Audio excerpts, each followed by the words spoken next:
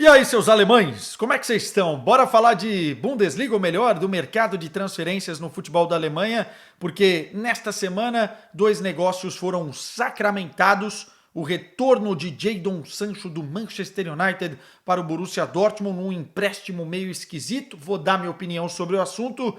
E também a negociação envolvendo Eric Dier, que em definitivo agora é jogador do Bayern de Munique, se transfere do Tottenham, o inglês, para os bávaros e pegou muita gente de surpresa. Então é o seguinte, gosta de futebol alemão? Chegou nesse vídeo, obrigação, se inscrever no canal e dar like. São só 2 cliques. E também, torcedores do Manchester United, do Tottenham, do Bayern de Munique e do Borussia Dortmund, deixem aí os seus comentários, o que vocês acharam destas negociações. E quem também quiser dar o seu pitaco, deixa o comentário aí que eu vou ler e quem sabe também responder a galera. Vocês são sempre muito bem-vindos aqui. Seguinte, bora começar com o Dier, até porque eu já falei no último Gelada com Quesada um pouquinho sobre essa história do Jadon Sancho.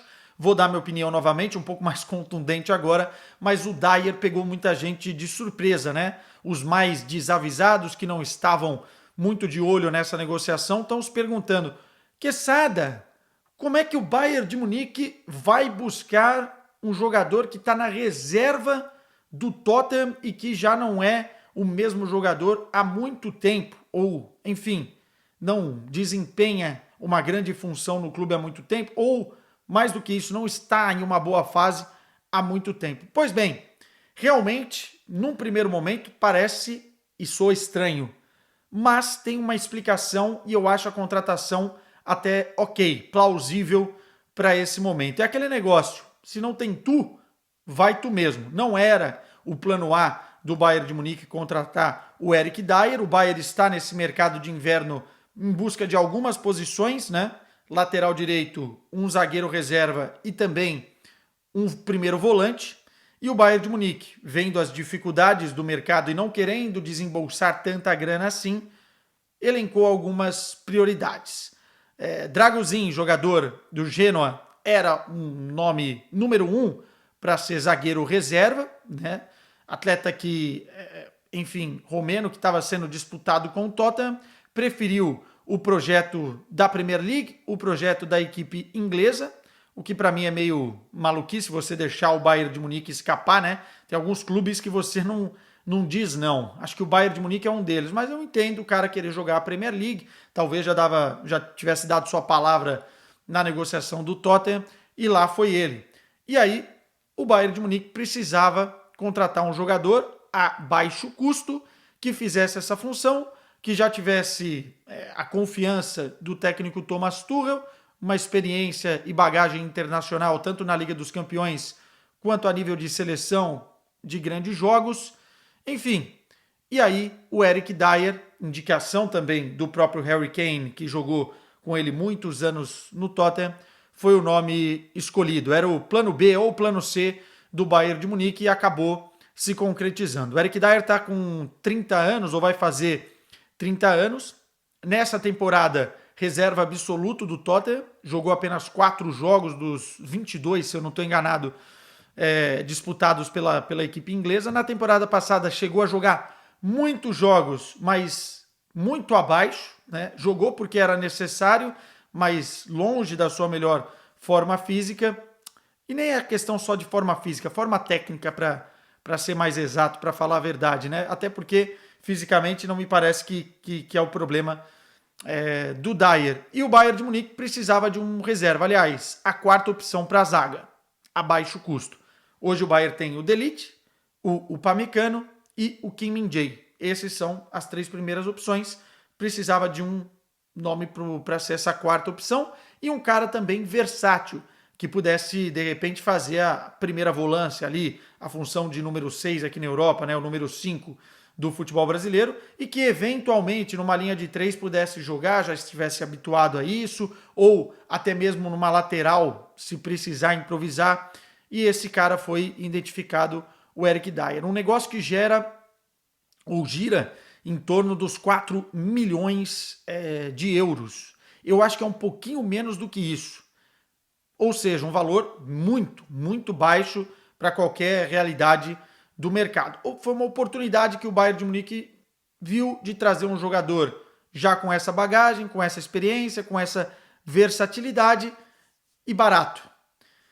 E aí, assim, vale a pena você trazer esse jogador? Muita gente acha que não, porque é reserva do Tottenham e o Bayern de Munique é o que é. É o Bayern de Munique. A cobrança, o sarrafo é mais acima. Eu conversei com o Fred Caldeira sobre as duas negociações, agora há pouco no telefone. Batemos um papo, aquele papo gostoso, e perguntei o que a torcida do Tottenham, o que estava se falando lá sobre essa saída do Dyer. E ninguém está comemorando que o Dyer foi embora, ou pelo menos a crítica ao Eric Dyer não era uma crítica tão forte, tão pesada assim, porque há muito respeito do torcedor do Tottenham com essa trajetória do Dyer no clube. Chegou muito jovem, formado nas categorias de base do Sporting, fala português, inclusive, teve a sua formação em Portugal, chegou em 2014, se eu não estou enganado, no Tottenham, são 10 anos de história. Então, realmente foi um tempo considerável, com muitos momentos altos. Em termos de campo-bola, é um jogador interessante porque começou a sua trajetória como primeiro volante e depois o Mourinho colocou ele jogando como zagueiro, que é a função para que o Bayern de Munique trouxe ele. Hoje, na coletiva de imprensa prévia do jogo contra o Hoffenheim, nesta sexta-feira, o Tuchel confirmou que ele chega para ser zagueiro, liberando um pouco mais o Goretzka dessa função, né? Dessa quarta opção. O Goretzka tem feito essa zaga quando os 3 primeiros nessa lista não estão disponíveis. Então ele chega para ser essa quarta opção na zaga. Eu acho que é um jogador muito raçudo, muito forte fisicamente, muito de grupo, trabalhador, né? É um cara que se entrega demais às atividades, enfim, não cria tantos problemas assim com o restante do elenco. Na bola aérea, ele me parece ser uma opção interessante, mas eu fico sempre com aquela questão de ser um pouquinho lento, né? Especialmente na recomposição defensiva para acompanhar jogadores mais rápidos. Eu acho que dentro da Bundesliga é um jogador ok para descansar um pouquinho de elite, para descansar um pouquinho o Pamecano, o Kim Min-jae, enfim, eventualmente vai jogar e não vai comprometer. Agora, em jogos de alto nível, dentro da Liga dos Campeões, por exemplo, também eu não vejo o Eric Dyer sendo uma opção plausível, porque eu acho que vai sofrer, especialmente por essa falta de velocidade e as lacunas que ele demonstrou durante a carreira. Eu não sei se é uma opção para esse tipo de jogo. Acho que talvez em determinados momentos você pode colocar ele como volante num jogo mais difícil, quando o Bayern de Munique já estiver vencendo, estiver sofrendo um pouquinho na parte defensiva, mas eu acho que é mais para ser uma opção de backup. E aí, gente, vamos combinar, torcedor bávaro, tudo bem, vai. 4 milhões de euros, um jogador com tanta bagagem, tanta experiência, bom de grupo, com algumas boas valências e de repente pode até surpreender pela positiva. É aquela velha história, né? Quando a gente coloca as expectativas lá em cima, às vezes as coisas não acontecem. Quando as expectativas chegam embaixo, por um bom custo, de repente surpreenda pela positiva. Tá aí, Eric Dyer, o primeiro reforço do Bayern de Munique nesta janela de inverno. Muito se fala ainda da lateral direita. O Bayern de Munique está de olho e está negociando com o Mukiele, né? Jogador do Paris Saint-Germain, que já teve passagem pelo futebol alemão, foi muito bem no RB Leipzig, no Paris Saint-Germain não está tendo tanto espaço assim. Eu vejo com bons olhos essa negociação. O Christoph Freund é um cara que é fã do trabalho do Mukiele, pela franquia da Red Bull, enfim, já conhecia há muito tempo e está tentando trazer. Acho que esse talvez será o segundo reforço nessa janela. O negócio ainda está caminhando, difícil, porque o Paris Saint-Germain está fazendo um jogo duro, mas o Mukiele é o nome da vez. E aí muita gente me pergunta do Palhinha. E o Palhinha, Quesada? Estava fechado, chegou a viajar para fazer exames médicos na Baviera no último dia da janela de verão, tudo acordado, o Bayern de Munique ia pagar quase 70 milhões de euros pelo jogador.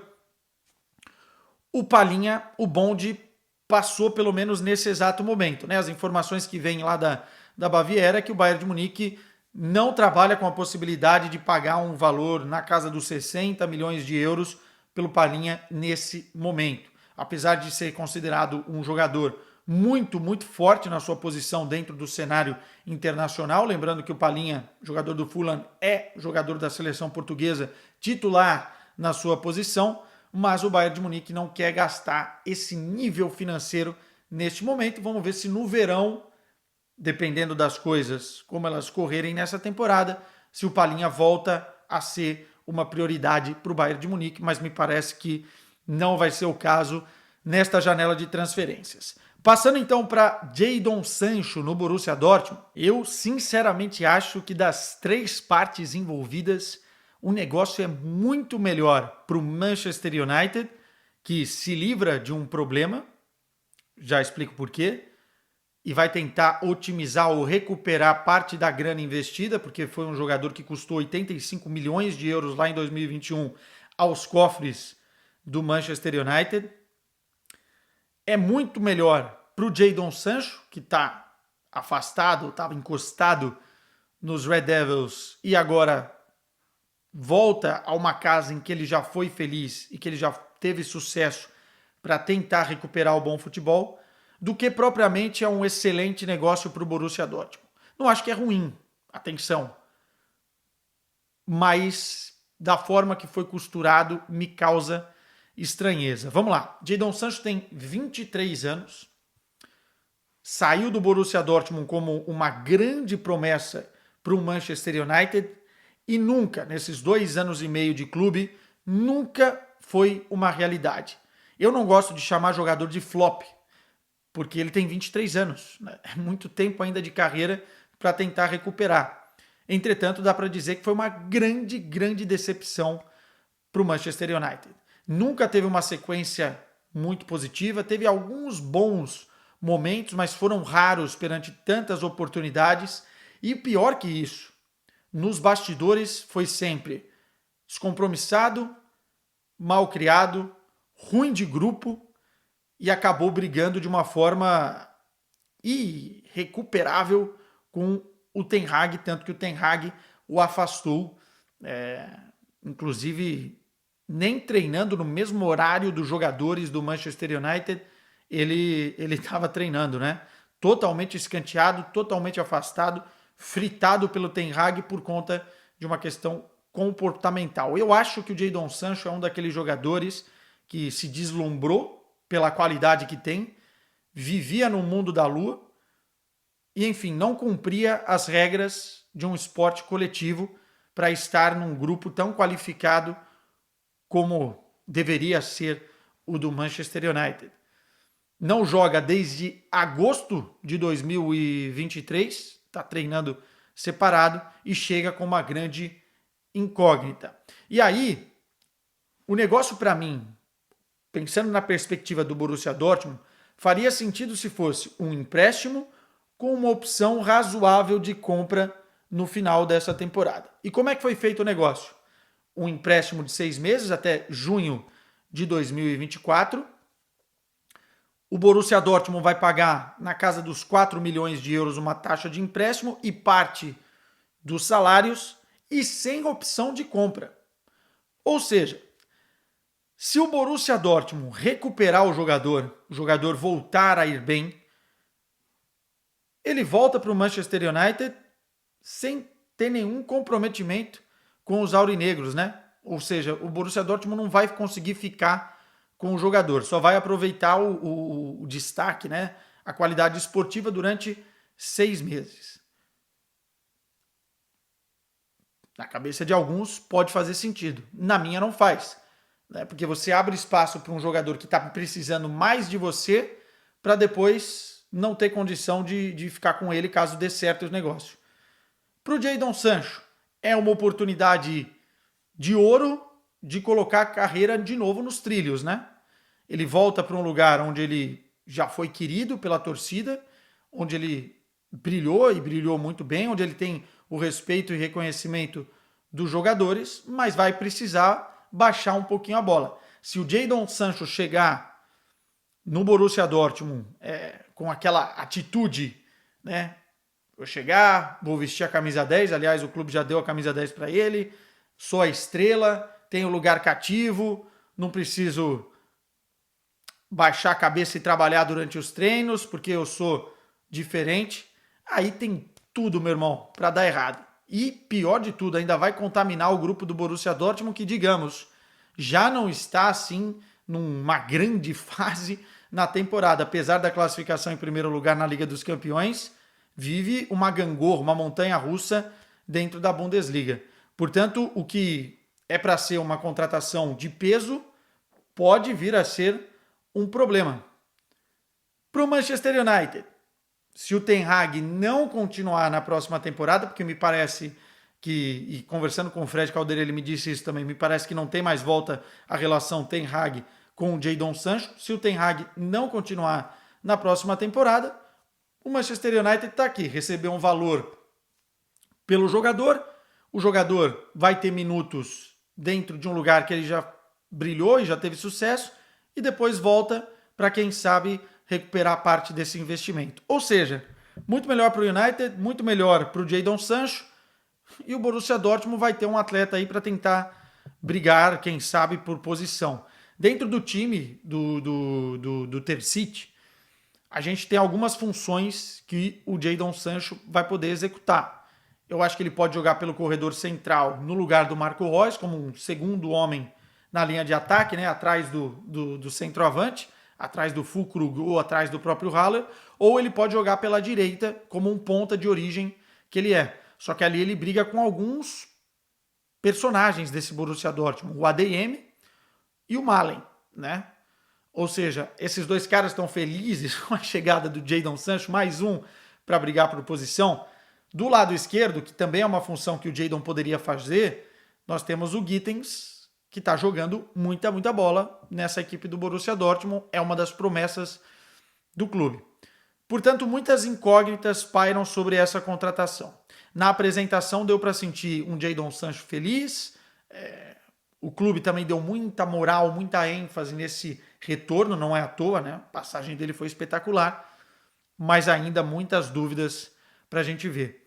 Acho que de imediato vai ter que recuperar o ritmo de jogo, porque não joga desde agosto, e vai ter que baixar a cabeça e trabalhar. Vamos ver se o Jadon está disposto a isso. Meus caros, beijo para vocês. Amanhã tem Gelada Conquessada com Rodrigo Vessoni, um craque da informação, especialmente relacionado a Corinthians. A gente vai trocar uma ideia com ele aqui, pegando o gancho dessa semana, né? Do Vamos Falar de Corinthians. A gente lançou o quadro nessa semana, muitos seguidores pediram por mais e amanhã a gente vai ter mais. Vamos falar de Aboubakar, da situação do Moscardo, questão de patrocínio do Corinthians, novos reforços e não só. Bora falar de futebol europeu também com o Rodrigo Vessani, que conhece muito de futebol. Meus caros, um beijo para vocês e vamos que vamos.